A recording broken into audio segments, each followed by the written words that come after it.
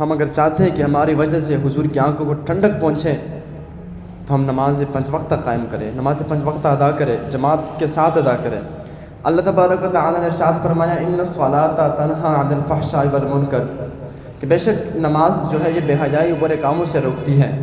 اس سے بڑا انعام ہمارے لیے کیا ہو سکتا ہے کہ ہم نماز قائم کریں اور رب کائنات اس نماز کے برکت سے ہمیں گناہوں سے بچائے، ہمیں بے حیائی سے بچائے، ہمیں برے کاموں سے بچائے، ہم زناؤں سے رک جائے، ہم جھوٹ سے رک جائے، ہم برے کاموں سے رک جائے، تو اس سے بڑھ کر انعام ہمارے لیے کیا ہو سکتا ہے۔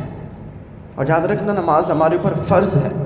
اقیموا الصلاۃ وآتوا الزکاۃ، نماز قائم کرو اور زکوٰۃ کو ادا کرو۔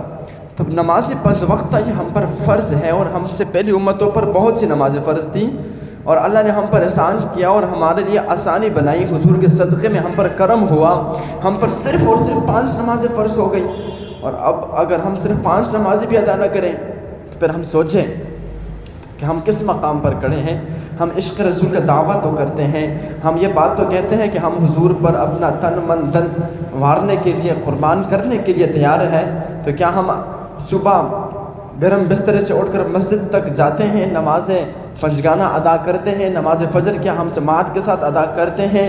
کیا ہم اکیلے میں ادا کرتے ہیں؟ کم از کم اگر اکیلے میں بھی ادا نہیں کرتے تو پھر ہم سوچیں کہ ہم کیا کر رہے ہیں، ہم کس مقام پر ہے۔ کیا ہمارا عشق نبی کا دعویٰ کرنا ہمارے لیے صحیح ہے؟ اگر صحیح ہے تو سبحان اللہ، اگر صحیح نہیں ہے تو پھر ہم سوچیں اور نمازوں کو قائم کریں۔